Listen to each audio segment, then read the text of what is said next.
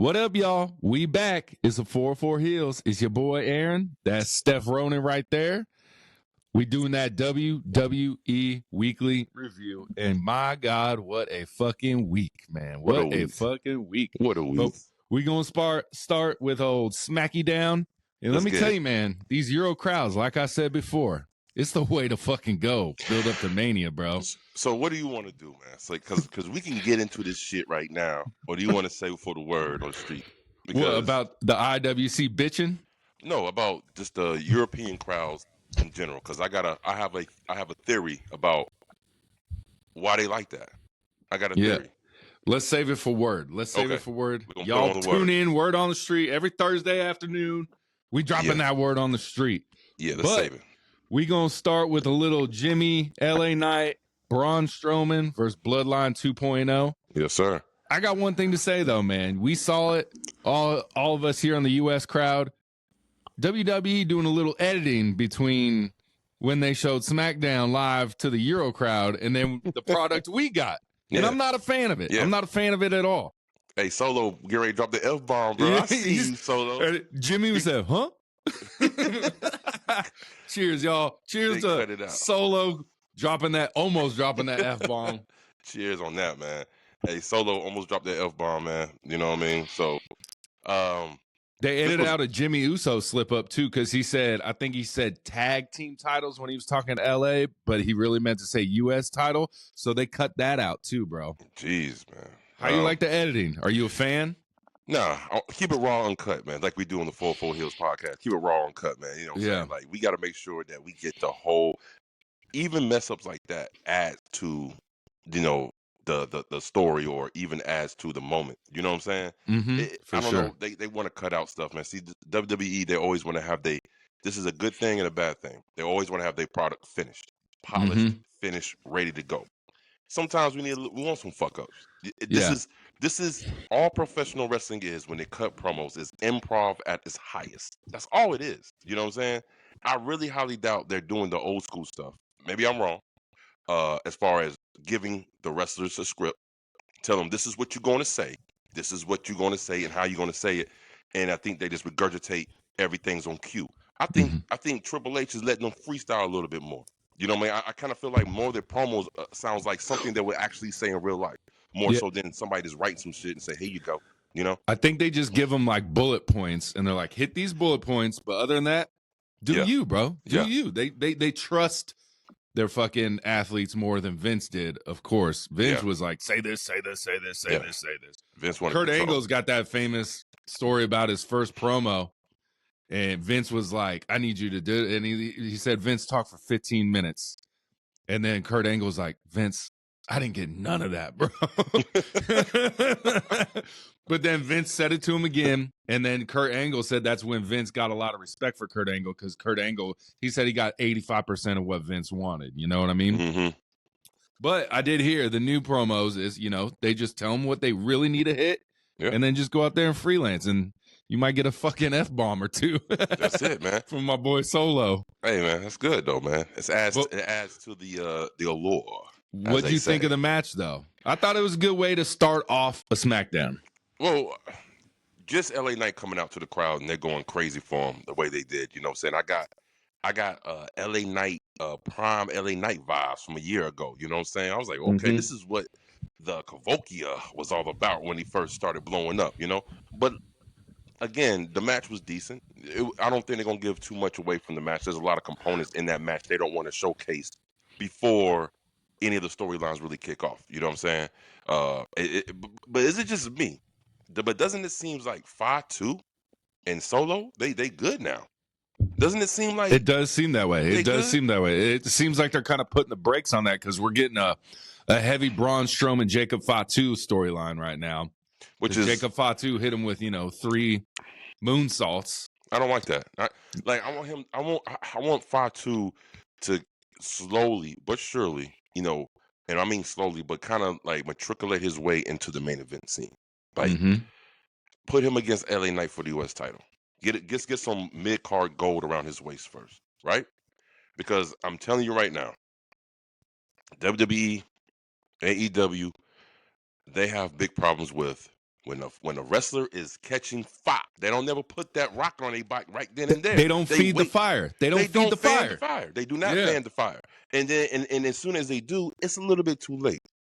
You know what I'm saying? I think the perfect example is LA Knight, who, I mean, realistically, he wasn't going to beat Roman. Realistically, he wasn't beating Roman. Right.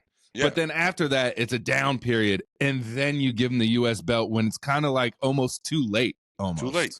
Yeah. Like we always said on the 4-4 Hills podcast, we said that LA Knight should have stripped Austin Theory of the U.S. title. That should have been the setup right there.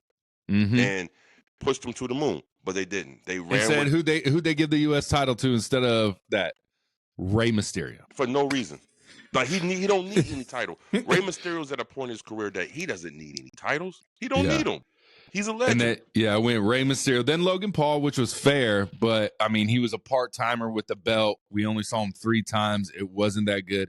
It would have made more sense this year to put the U.S. title on Logan Paul since he's full-time now.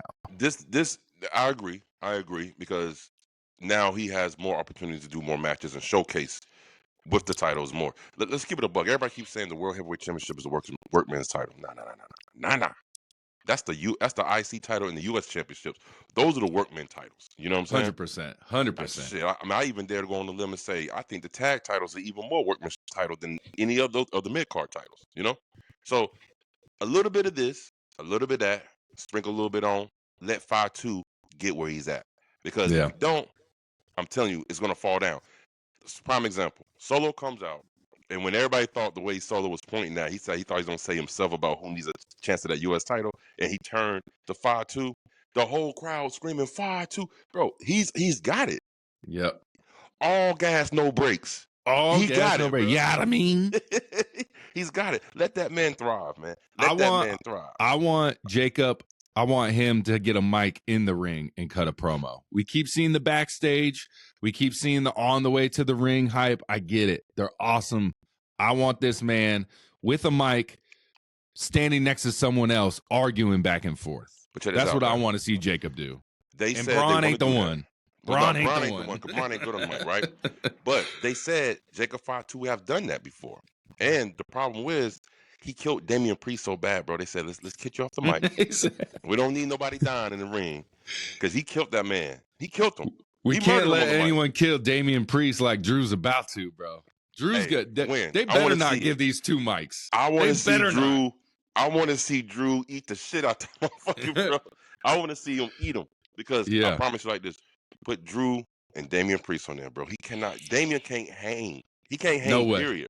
No way. Drew crush it. Drew gonna stomp his ass like he did on SmackDown, bro. Right in the face. Oh man. It's gonna be good. We had Shinsuke versus Damian Priest match. Drew obviously gets involved. Drew fucks up Damian Priest. Before we get to the match, what did you think of the promo package? Oh yeah. About Drew, his reasoning of why he want to face Damian Priest. Honestly, it was a reminder of how good this story is, because at first when we hear Drew and Damian, we're like, we don't want to see this. But then Damian's been the one fucking over Drew this whole, like a year's time, bro. A year's time. And it's like, we didn't even notice it. We didn't even notice that every time something happens to Drew, Damian was right there. Damian was right there. That was a good callback. You know what I'm saying? I honestly don't even think they did that shit on purpose, bro. I think somewhere mid, they were like, hey, let's just have Drew and Damian. But I think in the beginning, a lot of that stuff was on accident, and they just knew how to turn that shit into a storyline. Again, sometimes the best storylines come out of nothing. You know what I mean? Some things ain't got to be planned all the way through. So, hey, shit. I'm excited to see Drew versus Damian at Mania. I'm excited for the build-up. We got exactly a month from today.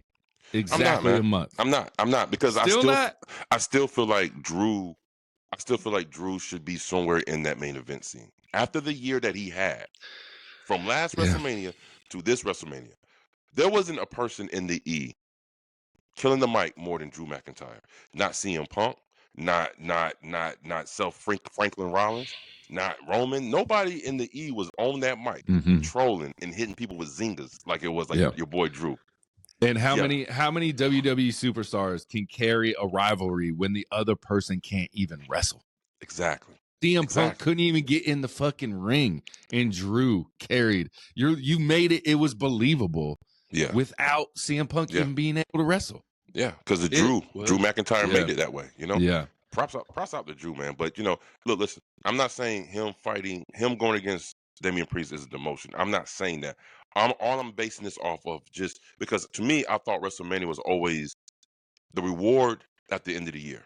The top performers, the ones who had to generate the most buzz, they are the ones that usually at the end of the year are on the big card of WrestleMania, right? Mm-hmm. So to me, I feel like Drew should be a little bit somewhere around that CM Punk, Rollins, Roman stratosphere right now. You know what I'm saying? Because think about this, man. Let's keep it a buck. Ever since Damian Priest lost his World Heavyweight Championship, what the hell has he been doing? Nothing. Matter of fact, I give you another one. Matter of fact, ever since the original Judgment Day has been dismantled, what the fuck has Rhea or Damian Priest been doing? Nothing. Just kind of being the side items to other stories, basically. Nothing.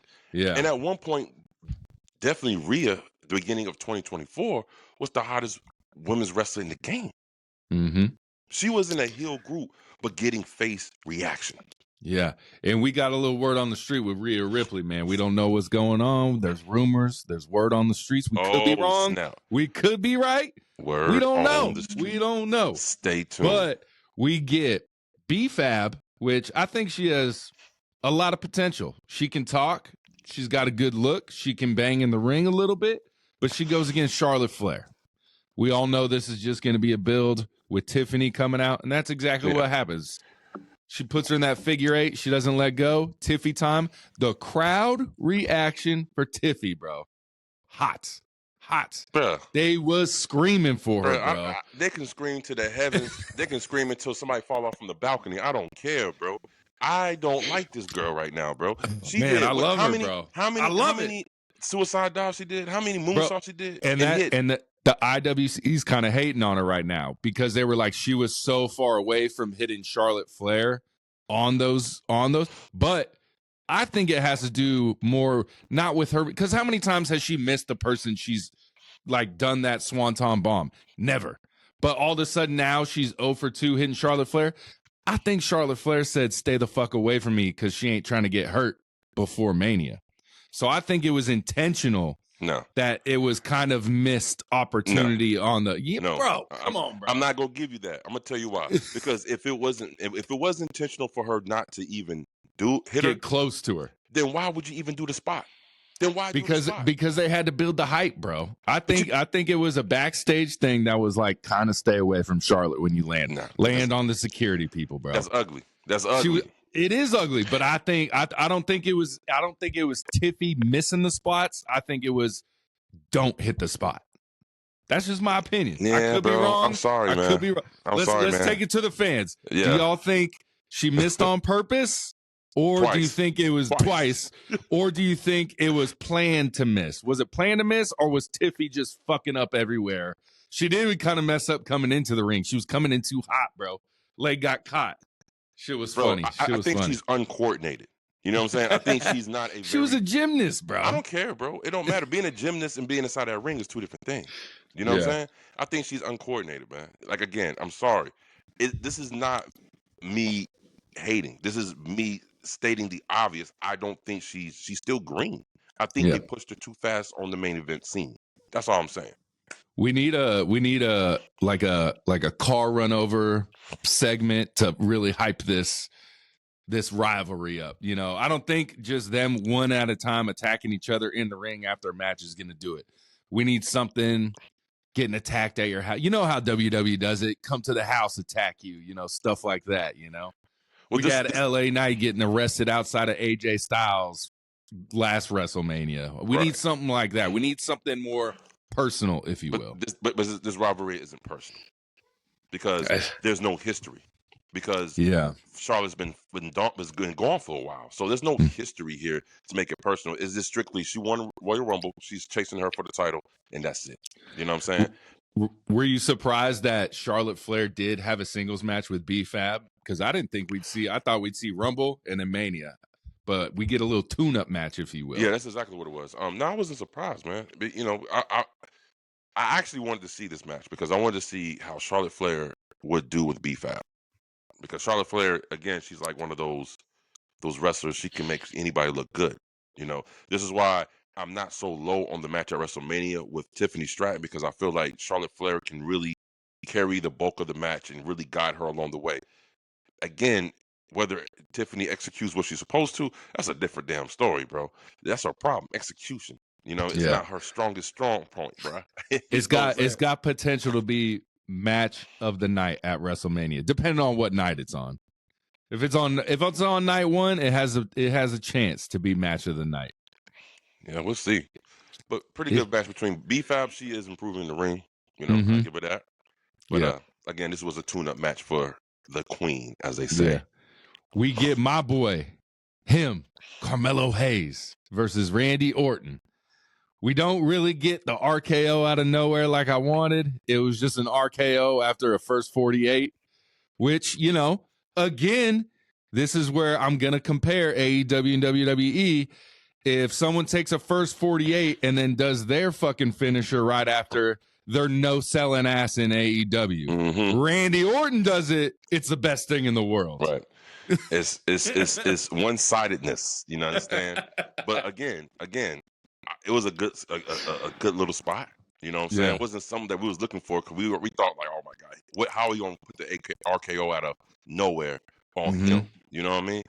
But it was a good little spot. But yeah, you're right. Why is it that when WWE do that same damn thing, no selling, they say, oh, it's fine. It's because it's Randy Orton. Randy Orton's is maximum on 10 plus, right? Nah. But then when AEW do it, it's like, oh my God, they don't sell at all over there, bro. Come on, stop it. They sell at AEW. They don't sell for long. Okay. Yeah. Shit is funny, bro. But we get a little disrespect, Randy tries to shake his hand afterwards. Carmelo kind of pushes him away. He gets hit with another RKO. And then KO to the rescue. See, KO's a good guy, man. He saved Carmelo Hayes from getting punted in the fucking head, bro. Yeah. See, this is that new WWE booking, bro. There is no face. There is no heels. They're just humans. Yep. And that's another. I got I got another word on the street that has to do with heels, baby faces. It's a good one. We get, bro, Axiom versus Gunther, the match we didn't know we needed to see, bro. But it was a fucking banger, bro. This match, okay, let me tell you something. When he said A Kid, I said, holy shit. Yeah. I forgot that's Axiom. Yeah, without the mask, baby. They had one of the best fucking wrestling matches I have ever seen during the pandemic era, bro. It was WWE UK. Yeah, the NXT UK, yeah. Bro, they burnt the house down on that match, bro. If you have never seen it, go watch it. It was a banger. I mean, it was so good that Jim Cornette gave it praise. He said, this is what pro wrestling should have evolved into. Like, it was so realistic.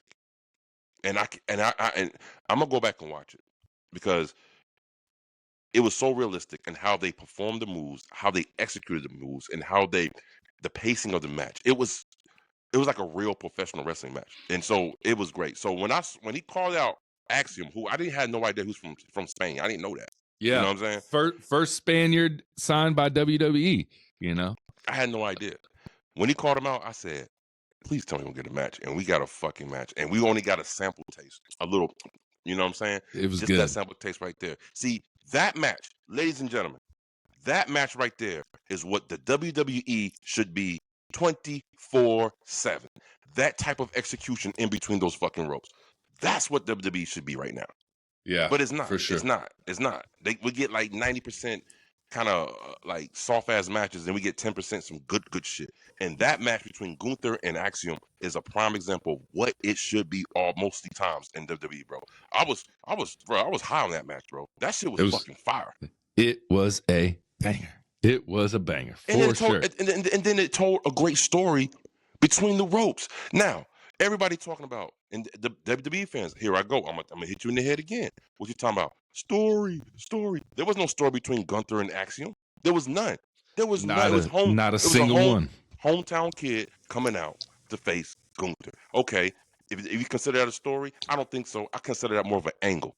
There's a difference, folks. If that's what you feel like to consider it, but guess what? The match told the story itself.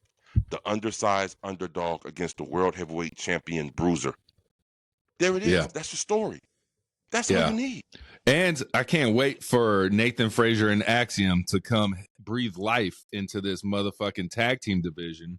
Just like my Street Profits did, baby. They finally got the gold after 4 years, baby. Wait a minute.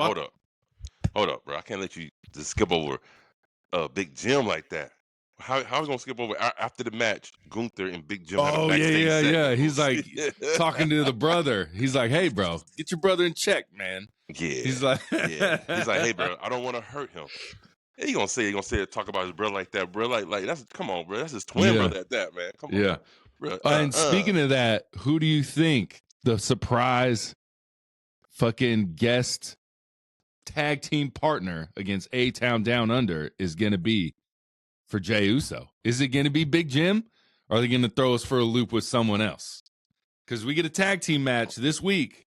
A-Town Down Under versus Jey Uso and a special guest. Who is it? Is it Jim? Is it Big Jimmy? Look, I'm going to stand on my soapbox right now because I wrote down Jimmy needs a push. Why are we not utilizing the fact that the hottest thing in wrestling right now is with that family? Why is it that Big Jim ain't getting no push? Like, he has all the intangibles. The charisma, the mic work, the in-ring ability. He knows how to draw the crowd in. Why are we not pushing Big Jim? Okay. Now. And Bloodline. Is it over? Like Roman's side of the Bloodline? Like, it just ended. It just no explanation. They just all went their separate ways. No explanation at all. Like, not even Jimmy and Jay stayed together. We know Sammy's fucked up somewhere because KO done him dirty. But, like, it's just dismantled instantly, bro. Did you notice when Solo came out with the other two, Fatu and Tama, he didn't say Bloodline, he said the family. Yeah. So it's like once he lost to Ula Fala, they can no longer call themselves Bloodline 2.0. They're just, matter of fact, don't even call them Bloodline. They just call the family. Did you notice that? Yeah. So I guess the Bloodline name went back to Roman with the Ula Fala. You know what I'm saying? And I feel like this is part of the reason why Big Jim needs a push, bro. Big Jim needs a push. Now, who I think is going to be the tag team partner for Jay against A-Town Down Under? I don't think it's going to be Jim, bro. I don't think so either. I want it to be, but I don't think it's going to be Jim. Who was it? Who was rocking with Jey Uso on Raw? Other than Otis and Tozawa. It might be Otis. It might be Otis. You know, that's what I'm thinking. I'm thinking it's leaning towards Otis. You know, Otis said, "I got your back, man." Yeah, you know what I'm saying. And they've been having all those backstage things, but I'm like, I want to hear that Uso music, bro. I want to hear it. I want to hear the real day one ish. You know what I'm saying? So here's something that we can go ahead and chop up and put on them reels right here. If the Bloodline storyline is done, considering how it supposedly have ended, does it knock it down a couple of pegs? No. You can't take away from what they did, though. Okay, so and is it over or is it just on pause? Okay, I'm hoping it is, right? And when I say knock it down a couple of pegs, I'm not saying that it will no longer be the greatest wrestling storyline in pro history. It's up there solidified. I'm talking about, does it takes away some of the steam if it ends like that? Because to me, it does. It takes away some of the steam because this was not an ending that I was thinking. Because I thought, to me, the perfect ending would have been Rock versus Roman for the title of the Tribal Chief, and then cut it in. And I still think that happens at WrestleMania 42. Rock Roman in New Orleans, bro. It's gonna happen. That's garbage, bro. That's garbage. That's garbage. Do you know why I think it's gonna happen? Because who announced WrestleMania 42? The final boss, Rock. Yeah. Okay, so let me ask you this: do you think they're putting the Bloodline storyline on pause just for WrestleMania season? To after this WrestleMania season, then they're gonna kind of crank it back up, and then it's gonna reveal that the Rock was the one behind the Bloodline 2.0. Could be. Okay, now if we go back a while before Raw on Netflix, when they're setting up Solo and Roman, Solo is in the ring. He's talking to Paul Heyman. He said, if Roman beats me and the Ula Fala gets back on Roman, Solo said this, he will acknowledge Roman again. So are we going to get that? Are they all going to fall back under Roman? And then maybe that's what pisses off Jacob Fatu. He's like, I'm not going to follow. You can go be with Roman. I'm not going to be with Roman. I don't remember that. Solo said it, bro. He was talking to Paul Heyman. He said, if he beats me, I will acknowledge Roman again. Okay. Well, we'll see. Little seeds planted, baby. Little seeds that need to develop into a plant. Yeah, I hope it's on pause because I love this storyline, and it's the greatest storyline in pro wrestling history to me, and I don't want it to. And we still have the other two brothers signed to WWE since last year. They just haven't been involved.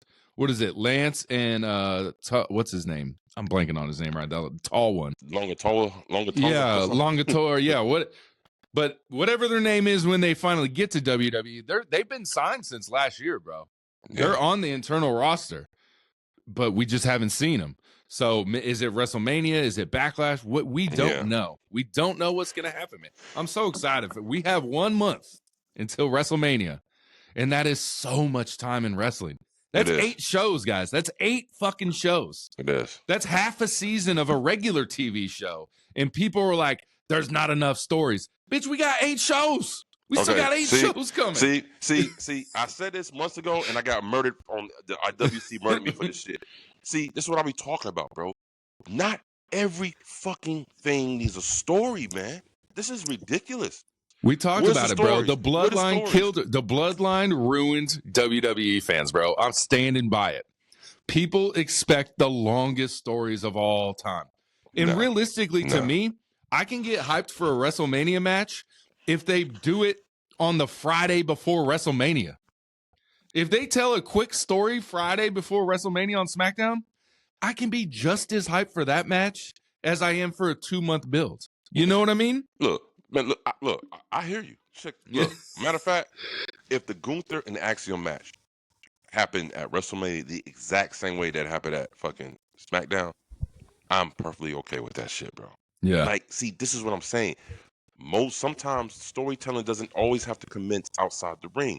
It can commence inside the ring. A lot of stories don't have to start outside the ring and then finish in the ring. A lot of stories start inside the ring and finish out and then can carry on outside the ring. There's multiple ways to do stories, man. You don't just always have to have this prototypical way of, it's got to be a problem outside the ring, and we got to have promos, and then we got a match, and then we have a second match, then we have a third match, and then we have some interference. And you don't need to do that shit all the time, bro. Yeah. It can be set up in different multitude of ways. Let the wrestlers wrestle, because you do have, like, Gunther's a wrestler's wrestler. You understand? And I rock with Gunther because of that. Because he does care about his craft inside that ring. Yeah. You know what I'm saying? He is probably him and who else? Chad Gable. Yeah. Best in-ring storytellers? Yes. Yeah. Talking about this straight. They care about their craft. Yeah. Yeah. Okay, they know mic is important in WWE. They understand that they're okay on the mic. But once that bell goes ding ding, hey man, they in it. They locked in. And that's what I like to see. So you don't need a story. You don't need a compelling storyline for everything. Sometimes you can get by with just angles. You can get by with just an angle. This is my angle right here. This is it. Yeah. That's all we need. So shit, like you said before, we just need a little bit. Just a little something. I just need a little something. And it can be done 24 hours before WrestleMania. And I will be okay with it. I'll be okay, guys. It's going to be all right, guys. Not everything can be fucking 3-year builds, man. Shit. But we get Paul Heyman coming out. He cuts a promo, and the crowd boos because he says Roman will be here next week. That crowd said, fuck you, man. We want him here now. We want him here now, guys. He said, you guys can take a cheapo flight over to Bologna, Italy, and get it. And they're just like, they were letting Paul Heyman have it. And Paul Heyman, great job adjusting his promo. You know, and that's kind of like he adjusted with the crowd as he was cutting that promo. Yes. But good shit. We do get to see Roman next week. I'm excited. Are we still leaning towards this triple threat match? Do you think that's the final answer at WrestleMania? It seems like that's what it is. It seems like that's what it is. Because I don't see Punk doing anything else. I don't see Rollins doing anything else. The only thing I can see Punk doing is maybe getting involved in the Cody John thing. But that went away Monday night for me. Yeah. Yeah. It's sad. But Your boys. We want the smoke. We want the smoke, baby. We want it. We want it. We want it. Finally, man. And they better hold it for a long goddamn time and have some good stories here. And what I want from this title run is at the end for Montez to break free and go on that singles run. However long this tag team title run is, I'm cool with it. But then I want to see Montez. The only thing that kind of troubles me about this run and this win, that Street Profits beating DIY for the tag titles, is coming into this match. I'm like, Street Profits are clearly the heels, right? I mean, they're jumping from people from behind, and then they get in a match with DIY. I'm like, wait a minute, they're clearly the heels, DIY. But I thought the Street Profits, I don't know. See, it's this new way of booking. There's a bunch of tweeners now. Yeah. You know? It's a bunch of tweeners. There is it's no clear-cut baby faces and heels anymore. It's just people. Yeah. And they set up a little DIY trouble too with Johnny Gargano hitting Tommaso with that super kick with the meat in the middle. So we'll see how that goes. Yeah. It's time. Man, do you like Johnny Gargano? Do you like Tommaso Ciampa? No. Me neither. And I'm, okay, and when I say I don't like them, I respect their in-ring ability. I think. Oh yeah. We just don't like their character. I'm not involved. Yeah, I'm not too high on this gimmick, this DIY, the character. I'm not too high on them right now. I'm just not. So I thought like Johnny Gargano was always like just like the really, really kind of like happy one, and then they just tried to make him a dickhead all of a sudden, and it just made no sense to me. Well, they it's a callback to his NXT days when Austin Theory was in his group, and the Johnny wrestling. Yeah. So he was a dick there, you know what I'm saying? And he came onto the main roster and became a babyface. So and him and Ciampa had a little thing in NXT too, a little rivalry. A crazy crazy rivalry. Again, it was best friends, turned like Triple H, Shawn Michaels type of esque. So who do you see Street Profits? Who is their next feud with? Obviously, Pretty Deadly is the number one contender. Obviously, they're not going to win the tag team titles. But who do you see? Do you see like another fatal 4-way tag match at WrestleMania, or do we just get a straight up tag match for once at WrestleMania for the tag team championships? I still think a four-way dance for the tag title is going to happen. Still going 4-way. I don't think DIY is out of the tag team title picture yet. You know what I'm saying? I mean, you still got Motor Machine. Like, again, we talked about this a couple weeks ago. What happened to the rematch clauses in professional wrestling matches? Yeah, they go out the window, bro. Yeah. They're out the window, bro. What happened to that? It was a time when the champion lose the belt, they had an automatic rematch clause in their contract for when they lost the title. We don't get that no more. It's gone at all. It's gone, bro. It's gone. Crazy work. All right, bro. We going to the main source of everything that is wrestling. John Cena 25-minute promo. What are your feelings, bro? So, all right. So initially, I watched this shit about twice already. I had to. So when initially comes out and his original music plays, I said, wait a minute, what? And then not only did his original music plays, he has new merch the same way.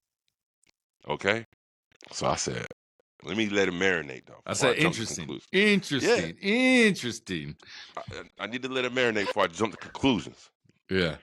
He grabs the mic, and instead of answering why is he with Rock, why did he turn on Cody, doesn't even bring it up. He doesn't even mention it, bro.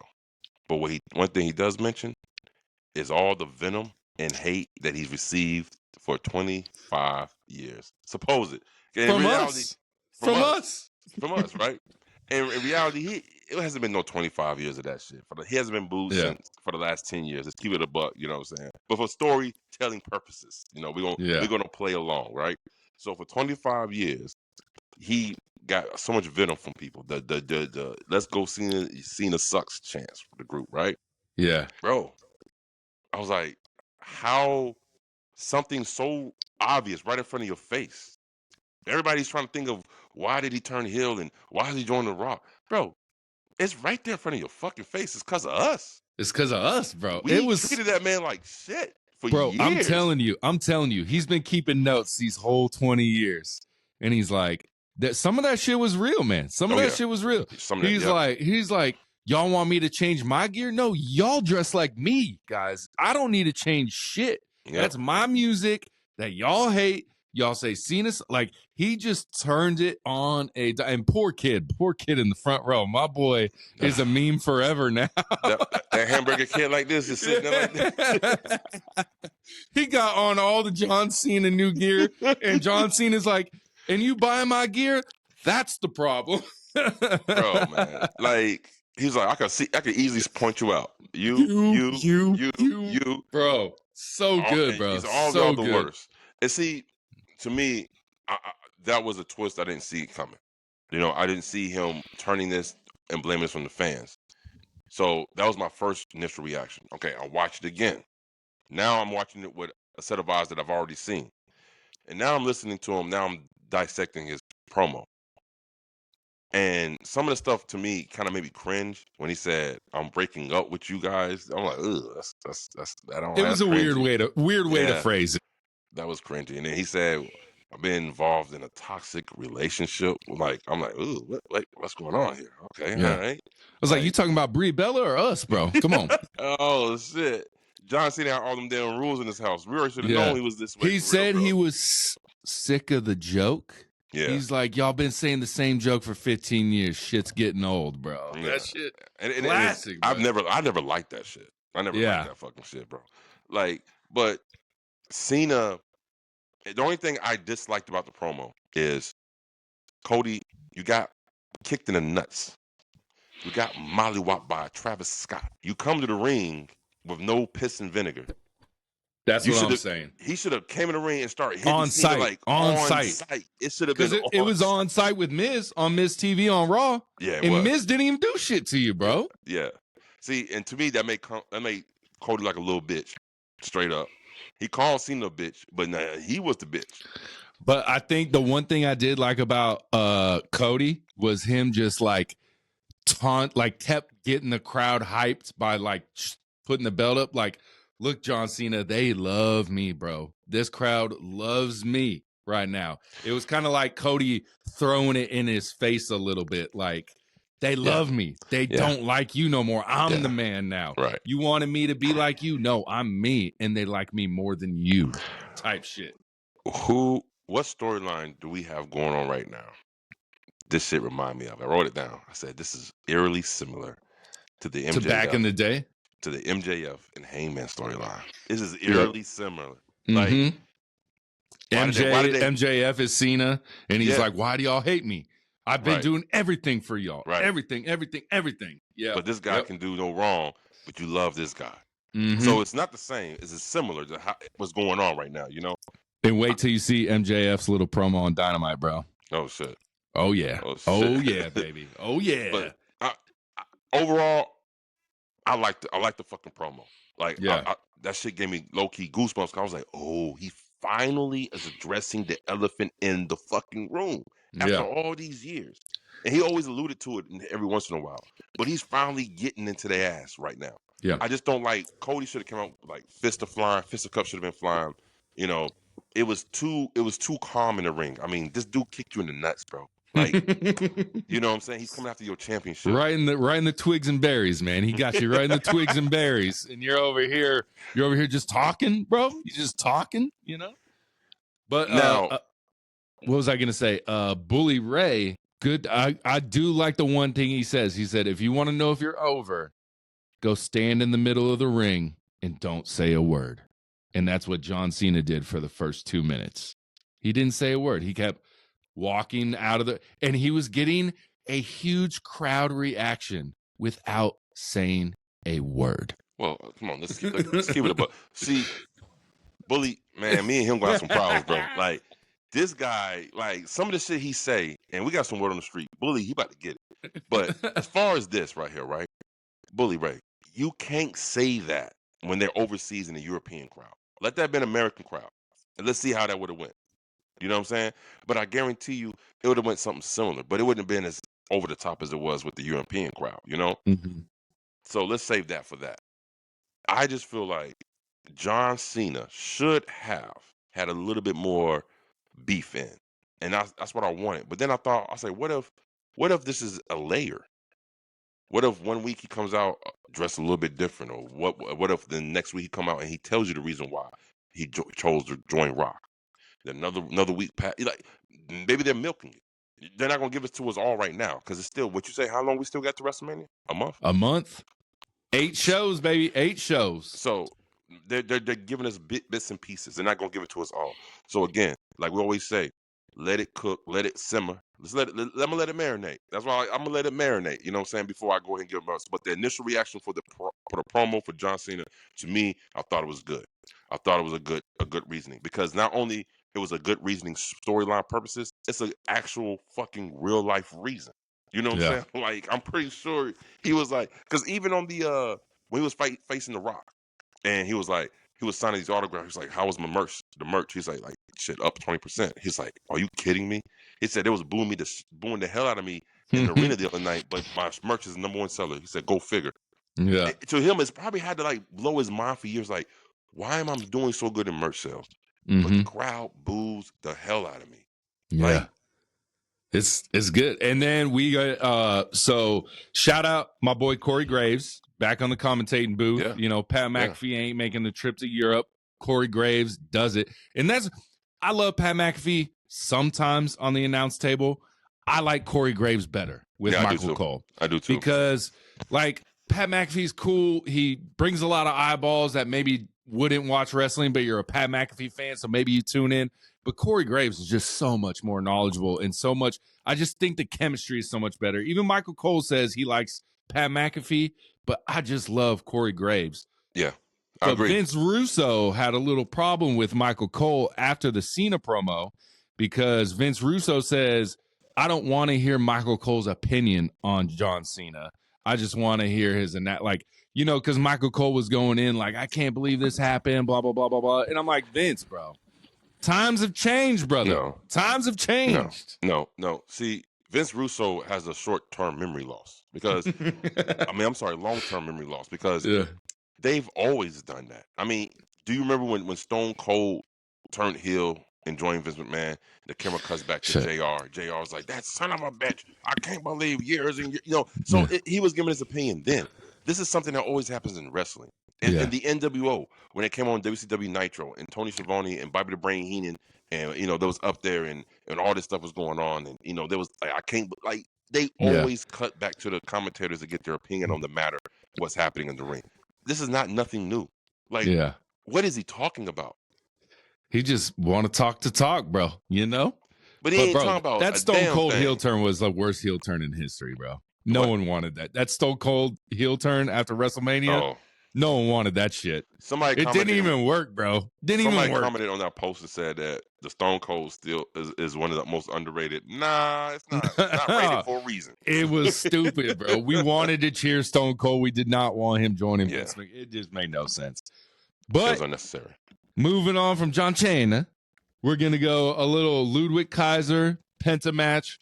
No holds barred, but I mean, it really wasn't. I mean, it was, I thought I was expecting more from a no holds barred match, but man, that crowd was behind Penta, bro. They made a whole chant for Penta. Settle, metal. Yeah. They just, bro, the crowd was hyped the whole night, bro. But Penta, after the match, he puts his eyes on the Intercontinental Championship. Braun Breaker, and that looks what? What do you mean, Nah, he didn't put on the Intercontinental Championship, bro. He thought he was still in AEW and put it on the Continental Championship. He said, I want the Continental Championship. And Okada was like, me? Which I'm kind of glad because we got the Phoenix promos during SmackDown. We got a Phoenix promo, Aleister Black or Malachi Black, whatever his name's going to be, kind of promo coming in. So like maybe they aren't going to do Penta Phoenix right away because it seems like Penta and Braun Breaker is going to be the match at WrestleMania for the Intercontinental Championship. Now I've also seen that they want to do like a fucking 6-person ladder match for the Intercontinental Championship with like Sheamus, Penta, Ludwig, Braun, Dirty Dom type thing. Where does Sheamus come from? Just because he hasn't won it yet, and you know the last time we saw Sheamus was against Braun Breaker, so they're just kind of throwing him in there. But shout out Dirty Dom, this motherfucker. I don't know if you saw it, but he held that Intercontinental belt and he was looking at it, bro. He was looking. He said, "Ooh." Yeah. And I want to see that more than anything, but I don't want to see him beat Braun Breaker. I love Braun Breaker right now as an Intercontinental champion. I do too. I love it. I do too. I love it. Honestly, as hot as Penta is right now, to me, I think he cooled all the way down. I don't know what the fuck happened. You think? I really don't. Yeah. I don't. They don't regard him as that special attraction as they first did when he first came, like a month ago, 2 months ago, right? I don't want to see him. I don't want to see Braun drop the title to Penta at WrestleMania, bro. Yeah. I don't want to see that. Yeah. I want to see Braun keep that title, but let it be a formidable. If they're going to have those two set up at WrestleMania, I want it to be a good match, but I want Braun to come up on top, to go over. Yeah. I want him to keep his title. And then Dirty Dom wins it at SummerSlam or Backlash. Boom! Book it, baby. Okay. But this is what I'm talking about as far as making the Intercontinental Championship relevant. To me, I think Braun Breaker is a good IC champ, but I think he's being booked improperly, bro. They're not making that title as important as when Gunther had that run. Yeah. You know what I'm saying? They're not making that title as important anymore. Gunther's run was just dominant, bro. Dominant. And honestly, one of the best triple threat matches of all time was WrestleMania 39, Gunther, Sheamus, Drew McIntyre for that Intercontinental Championship. That was a fucking match, bro. Yeah. But since Braun has the title, so sometimes we don't even see the title on TV for weeks. Yeah, that's true. He kind of comes and goes. We'll get like a 2-week, 3-week story with Braun, and then he disappears for 2 to 3 weeks. Then we get it again. Then he kind of disappears. But I mean, it's WrestleMania season, so we need everything. And speaking of the Raw, okay, Triple H said before going to WWE on Netflix that there was no time constraints, but yet after this fucking 30-minute promo between Cena and Cody Rhodes, everything after that did it not seem rushed as fuck? It was. Everything was every match felt rushed, bro. Yeah. Dakota Ivy rushed. Yeah. Definitely Jey Uso. Jey Uso and Austin Theory, they said had 11 minutes. They cut it to 30 fucking seconds, bro. Yeah. Like, why if there's no time constraints and it's a 2.5 hour show, just that is the time to go to 3. Like, I just don't understand how he says there's going to be no time constraints and then they put time constraints on it. I don't understand it. You're right. And that match would see they oh boy, man. Like, I was gonna say this for Word on the Street, but I'm gonna say it right now. They are killing Jay's momentum, bro. Like, yeah, that match, man. Like, what? Yeah. First of all, was it supposed to be a cross body block or was it supposed to be a spear? I can't tell. I don't know what's going on. It was supposed to happen so fast. Both of them said, "Just fuck it, just knock us down and we gonna lay it out." But they. Why do I feel like Jay is cooling off, bro? Is it just me, or am I like? To me, I think there's still plenty of time to build the story. Like I said, we got but I mean, for one, the botch. He's jumped over that rope a million times. He's jumped over that rope a million times successful, and we don't give him credit. But the one time he has one fuck up, we're like, this guy's ass. No, he's hit that move so many times, guys. Chill. No, chill. I already know the problem. Everybody who don't know, Jey Uso was on that za.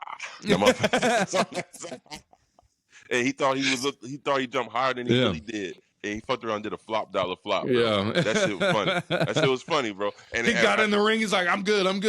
Yeah, he looked at the camera, he's like, I'm good. But why do I feel like Jey Uso is cooling off?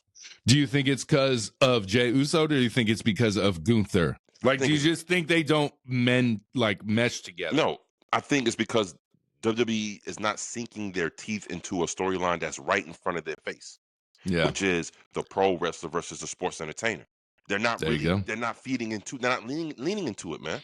Like, they need to lean into that shit a little bit more. Maybe have Gunther talk more shit about the crowd and being like, you support this guy. All he has is, lean into it. All he does is have an entrance type thing. You know what I mean? Right. If you want the IWC to buy into this match, all Gunther has to say, come on the mic and say, you think a guy with 3 moves in his moveset can beat someone like me? You know what I'm saying? Nah. Crazy work. Everybody going crazy over that shit, bro. You know what I'm saying? And I'm saying there's a story right there. They're not feeding into it. They need to feed into this sports entertainer versus a pro wrestler, because him sneak attacking Jey Uso is taking his credibility from the ring to me. Because if I was Gunther and I was a world champion and someone like that was fighting for me, I wouldn't run up on him from the back. I'm gonna face him off in the face and we're gonna start slugging it out. But then I'm gonna get the best of you because you're not on my level yet.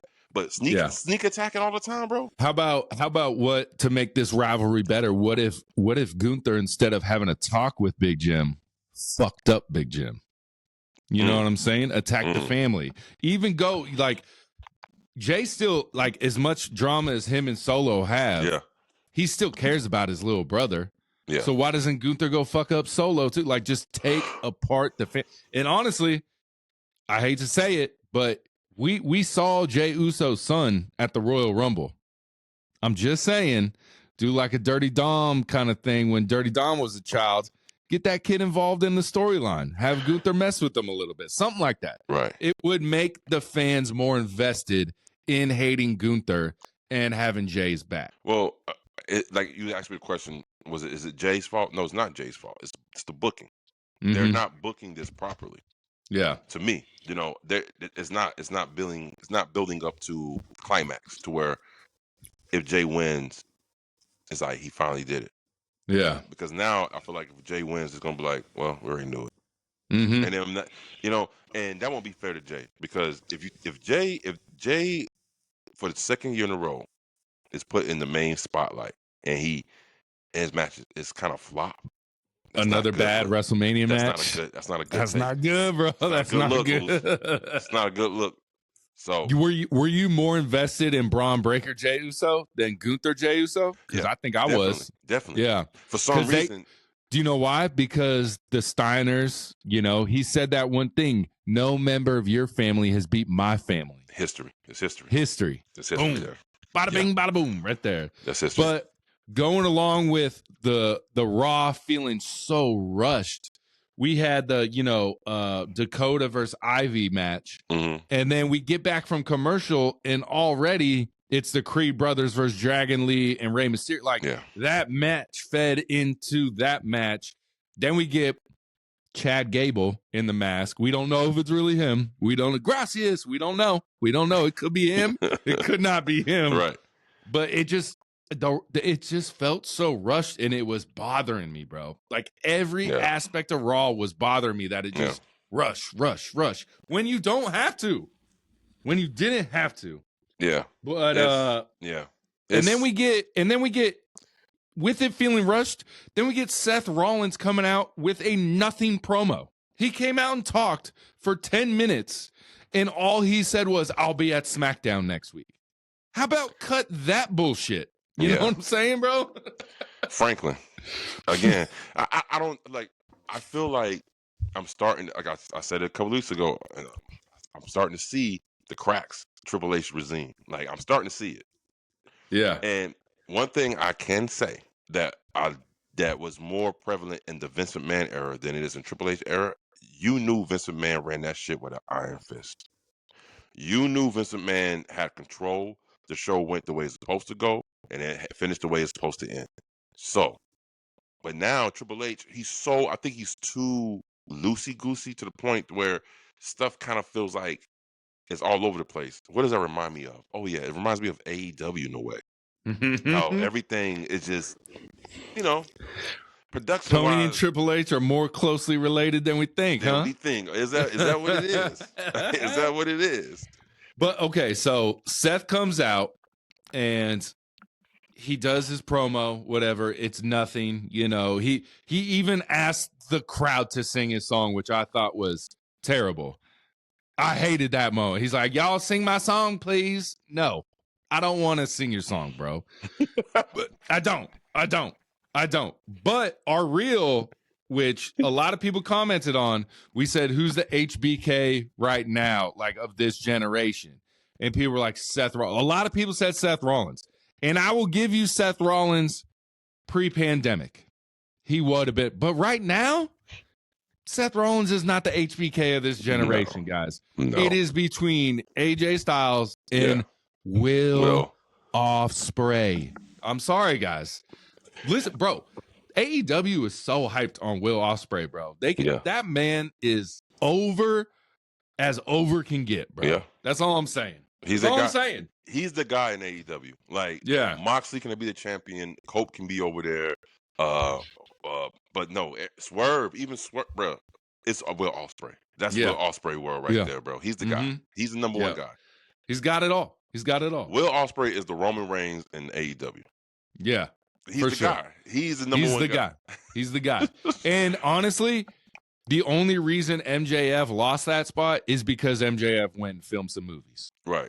That's it. He was just gone. We forgot about him. Yeah. All right, we get your boy.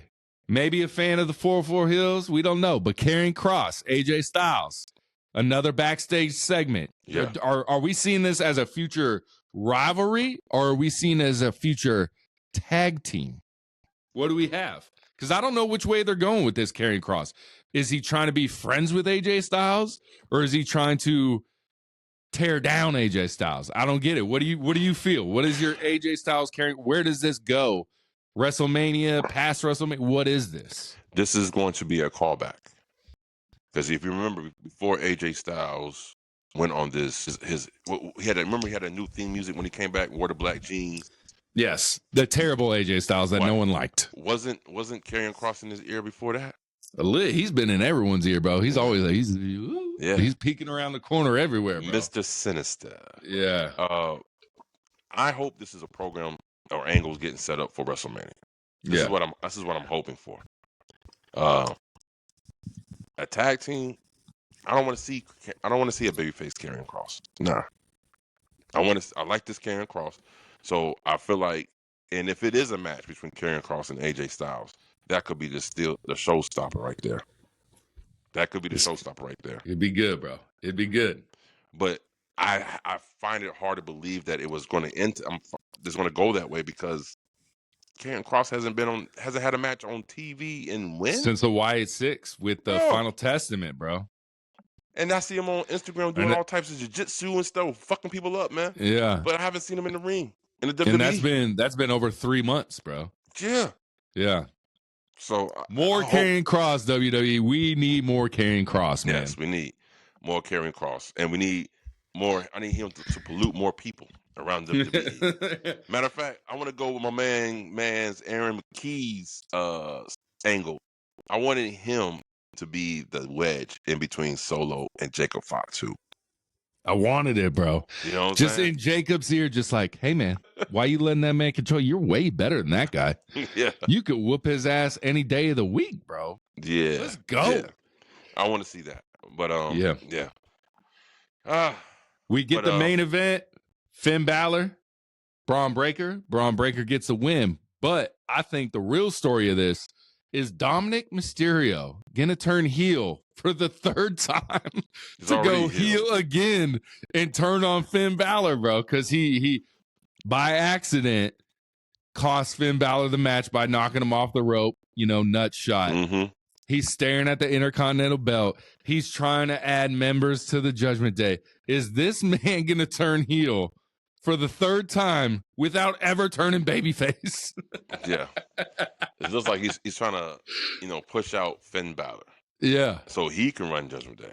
And his idea for the new member was Penta, but Penta, I don't think wants to be a member of the Judgment Day, bro. Do you think it's Aleister Black when he comes back? Or maybe Rey Fenix. Oh, because Penta says no? Oh, bro, there it is, bro. There it is, right there. He gets the younger brother. Brother. Oh, we can't get Penta. Let me get your brother. I like that. I like that, bro. I like that idea right there. Here we go. I'm excited to see a Finn Balor away from Judgment Day and get back to, the Prince of Darkness and just get back into maybe going in and out of the Demon. But I just think Finn Balor, I think Judgment Day has brought him down in the eyes of the crowd. He was way bigger. I mean, he was the first Universal champ. You know what I'm saying? Yeah. So I think it would be nice and refreshing to get a new Finn Balor. It's time. Yeah. It's time. He's been heel a little bit too long, to be honest with you. I didn't expect his heel run to go this long. Yeah. But yeah, it's time. And the for him best to get a way to chance. make him a babyface is fucking up Dominic Mysterio. Yeah, of course. You want to get any babyface over? Fuck up Dom, bro. That would do it for you all day, every day. Yeah. All right, bro. You got anything else on this week of WWE? Nah, I got more stuff, but it's one where I'm gonna say for word on the street. So we got word on the street, y'all. Check it out. We've been the 404 HEELZ. Peace.